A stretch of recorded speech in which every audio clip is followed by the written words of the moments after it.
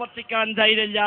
എന്നാൽ കേരളം വിട്ടാൽ കോയമ്പത്തൂര് പോലെയുള്ള തമിഴ്നാട് പോലെയുള്ള സ്റ്റേറ്റിലേക്ക് ചെന്നാൽ അവിടെ റബീഉൽ അവ്വലിൽ നമ്മുടെ ശ്രീകൃഷ്ണ ജയന്തിക്ക് അവരെന്തെല്ലാം ചെയ്യുന്നുവോ അതേ ശൈലികളാണ് മാപ്പിളമാർ ചെയ്തുകൊണ്ടിരിക്കുന്നത്. പ്രവാചകൻ അവതരിപ്പിക്കുകയാണ്, സ്വഹാബത്ത് അവതരിപ്പിക്കുകയാണ്, പല നേതാക്കന്മാരെയും അവതരിപ്പിക്കുകയാണ്.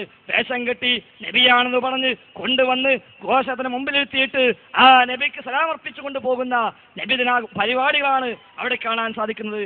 അതിൻ്റെ സാമ്പിൾ കൂടി നിങ്ങൾ ശ്രദ്ധിക്കുക.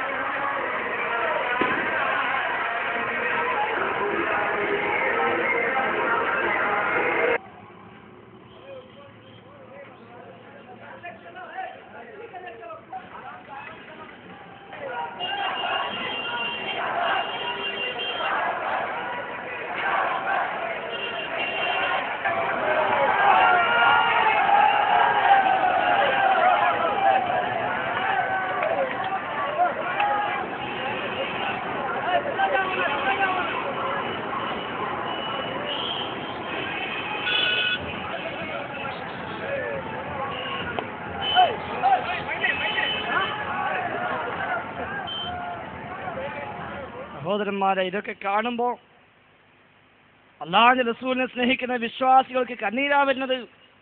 ഇസ്ലാമിന്റെ പേരിലാണിത്.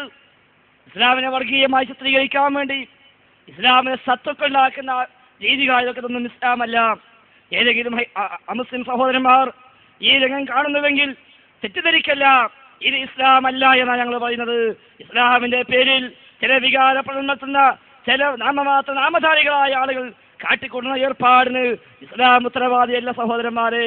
അല്ലാഹുവിന്റെ റസൂലിനാണെന്ന് പറഞ്ഞ് റസൂലിന്റെ പേരിൽ റസൂലിനെ അഭിനയിച്ചുകൊണ്ട് യുദ്ധം ചെയ്യുന്ന പ്രവാചകനെ പോലും അവതരിപ്പിക്കുമ്പോൾ അതൊന്നും പ്രവാചകൻ നിന്നയല്ല. കാരണം എന്താ? അത് റസൂലിനെ സ്നേഹിക്കുക, അത് റസൂലിനെ ബഹുമാനിക്കുക, അത് ആദരിക്കുക. ഈ രംഗം ഒരു ഫോട്ടോ എടുത്തിട്ട് കാർട്ടൂണായി പേപ്പറിൽ കൊടുത്താലോ ഈ സഖാഫിമാരൊക്കെ നാട് നീളെ ബ്ലോക്ക് ആക്കിയിട്ട് പ്രതികരിക്കണ്ട എന്നല്ല. പക്ഷേ ഈ ചെയ്തികൾ ചെയ്യുന്ന കാട്ടിക്കൂട്ടുന്ന അവർക്ക് പ്രതികരിക്കാൻ എന്ത് അർഹതയാണുള്ളത്? മാത്രമല്ല അല്ലാഹുവിന്റെ റസൂലിനെ പോലും നേരെ അവതരിപ്പിക്കുന്ന രംഗങ്ങൾ കൂടി ആ നബിദിന ഘോഷയാത്ര കാണാൻ കഴിയും. അതും കൂടി നിങ്ങൾ ശ്രദ്ധിക്കുക. നിങ്ങൾ റസൂൽ അവതരിപ്പിക്കാതെ നീളം കുപ്പായമിട്ട് തലയിൽ വച്ചിട്ട് അറബിയാളെ കോലണ്ടായി കഴിഞ്ഞാൽ റസൂലായി എന്നാണ് അവർ വിചാരിക്കുന്നത്. എന്നിട്ട് അള്ളാഹിന്റെ റസൂലാണ് എന്ന് പരിചയപ്പെടുത്തിക്കൊണ്ട് ആ കുട്ടിയെ കൊണ്ടടക്കുക, വാദം പിടിച്ചടക്കുക. എന്താ? റസൂലിനെ